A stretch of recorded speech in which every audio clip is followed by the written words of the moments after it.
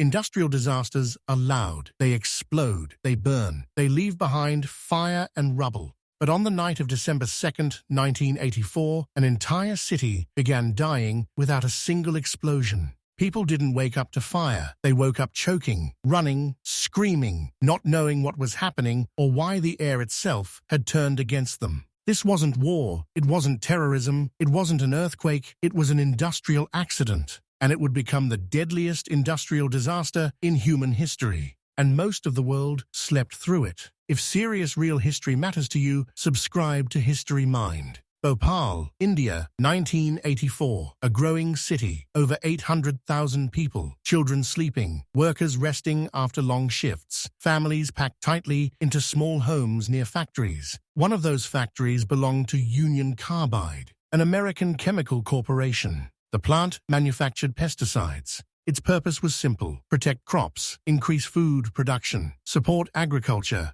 But inside, the facility was something far more dangerous. Methyl isocyanate, MIC, a highly toxic chemical. So toxic that even small exposure could damage lungs and eyes. The chemical was stored in massive underground gas tanks. And on that night, one of those gas tanks began to fail. Shortly after midnight, water entered gas tank 610. Water should never mix with MIC. When it does, it creates a violent chemical reaction. Pressure began rising inside the tank. Temperature climbed rapidly. Workers noticed something was wrong. But the warning systems were already weakened. Safety systems had been turned off. Maintenance costs had been cut. Refrigeration units that kept the chemicals stable were no longer operating. The plant had been operating on reduced safety standards because it was expensive to maintain them. Inside the tank, the chemical reaction intensified. Pressure built. And then a safety valve burst open. A dense, invisible cloud began rising into the night sky.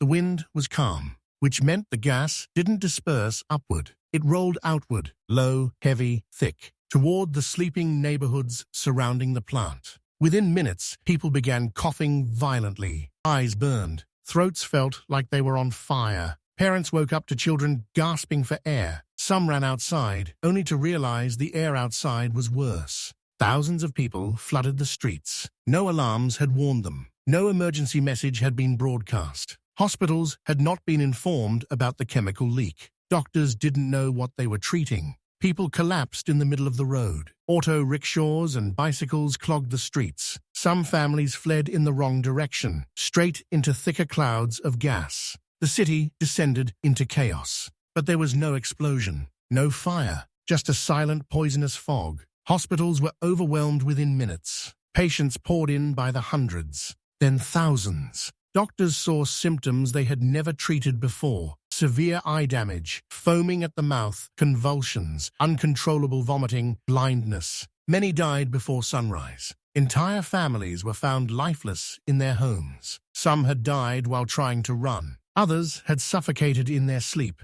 The official death count initially reported a few hundred, but independent estimates would later suggest thousands died within the first 24 hours. And the number would continue rising. If you want the full truth behind disasters like this, subscribe to HistoryMind, because this is only part 1. By morning, the gas cloud had dissipated, but the damage had only begun. Authorities struggled to understand what had happened. Union Carbide initially downplayed the severity. Statements were cautious, careful, defensive. Meanwhile, bodies were still being counted. Mass cremations began. Hospitals ran out of space. Medical staff had no protective gear, and families demanded answers. How could something like this happen? Why were safety systems inactive? Why were residential neighborhoods so close to a toxic chemical facility? And most importantly, who was responsible? The night of December 2nd was not an act of nature. It was not a random accident. It was a chain of decisions. Cost-cutting, neglected maintenance, ignored warnings.